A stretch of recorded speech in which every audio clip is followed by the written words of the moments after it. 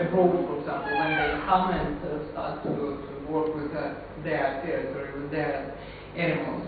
What about that situation in Altai? Well, Russia is so big. Yeah. So you look like just a drop, you know, somewhere in an ocean. Yes, but nevertheless, well, you see, I always get invitations from the Russian Mountain Ecology Institute for publications, and they don't see anything offending in that sense. And there's so many other things to do besides just the snow leopard itself. I mean, the habitat, birds, environment, and so on. So it can be maybe boring for somebody. On the other hand, a lot of our academic scientists are great snobs, and they don't see what ordinary people can do. But I can tell you that sometimes bird watchers come to for instance, to the expedition, which maybe even means more skilled than our bird scientists here in the Institute. Yeah. Yes. And a lot of people, say retired people, engineers, medical sisters and so on, they are willing to sit on this rock for the whole day, whereas a snobby scientist won't be doing that. So I think this is a very, very nice opportunity to undertake research, nature conservation, involving people, and getting some money. I have a question. Could you say, did you publish some publications about this? Yeah, I showed you, yes. So in this book, or just regular expedition after expedition? No, each year there's a report, that's one thing. And the Mountain Ecology Institute, Russian Mountain Ecology Institute, each year produces a collection of papers on research done in mountainous areas. So there's one paper on snow leopard and another paper on monitoring birds. And I've seen somewhere in publications that some English cameraman awarded a distinguished just prize for photographing of snow leopards. Were they from which area? I don't know, maybe from Nepal or from others? I don't know. But some people do it not only in Altai but in different places. Yes, yeah. That's even taking pictures. No, I can find it. What are you looking for? This is question. Your names are rather flashy species. Is it like bear, wolf, rather dangerous? But people who go on these expeditions are inexperienced, so they cannot. They must not meet the animals in the wild.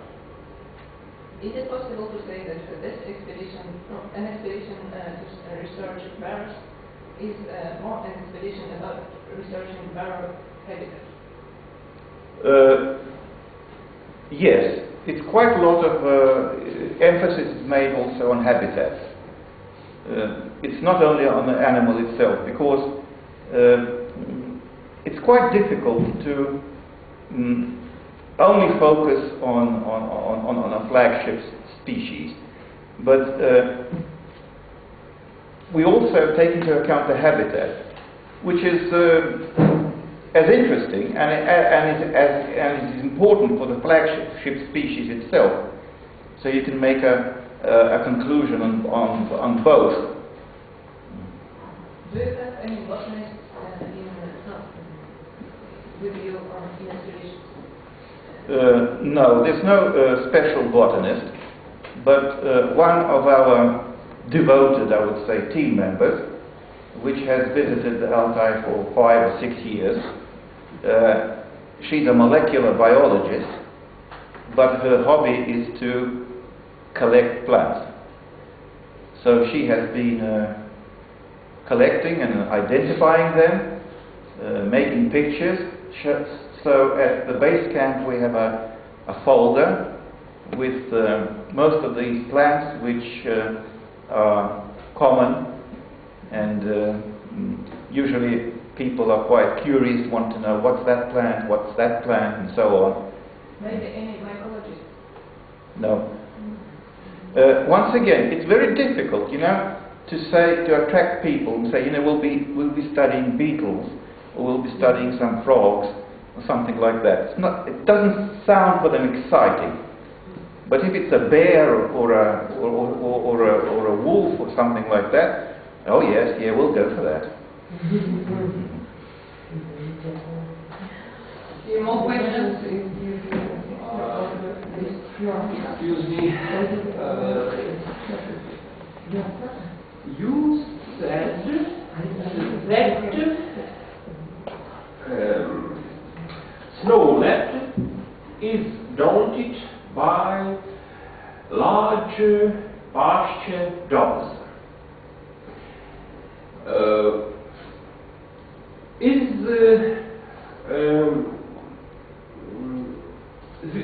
this fear caused by dogs themselves or by people who are masters of these dogs?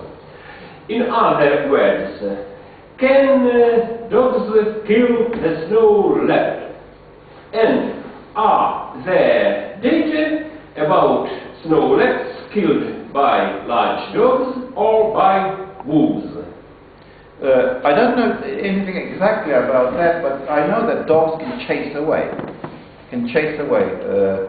snow leopards, and snow leopards usually can easily avoid dogs because they live or prefer cliffs, places which are hard for dogs to reach. But wolves are competitors in some way. Competitors. Yes, and wolves will try to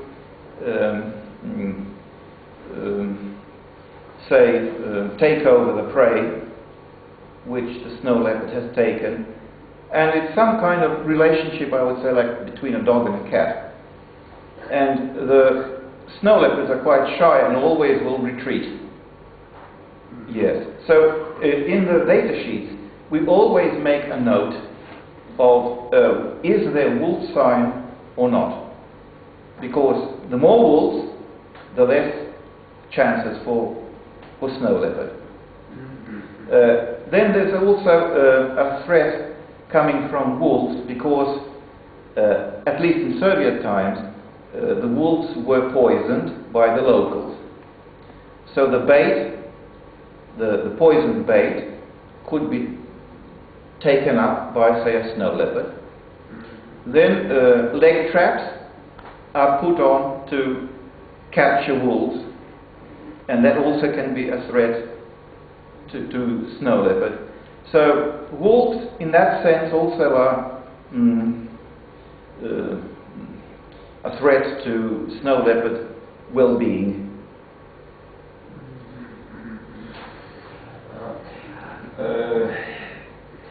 I want to precise. In old literature, there are many data that wolves are suppressed by tigers, jackals are suppressed by leopards, coyotes are suppressed by pumas. Here we see that wolves are more powerful competitors than snow leopards. So wolves are more strong competitors than snow leopards. Yes? Yes. Yeah, that's true. Probably because of this, snow leopards were absent from the plains.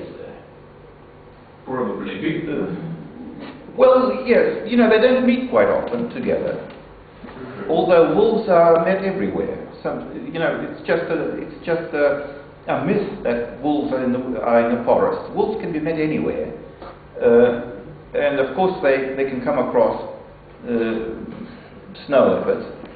And perhaps when they meet there can be a conflict.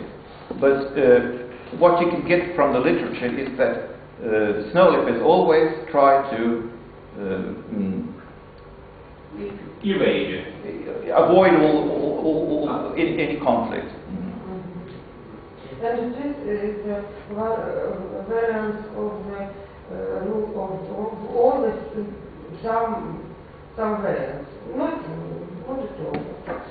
You understand? There's more contemporary species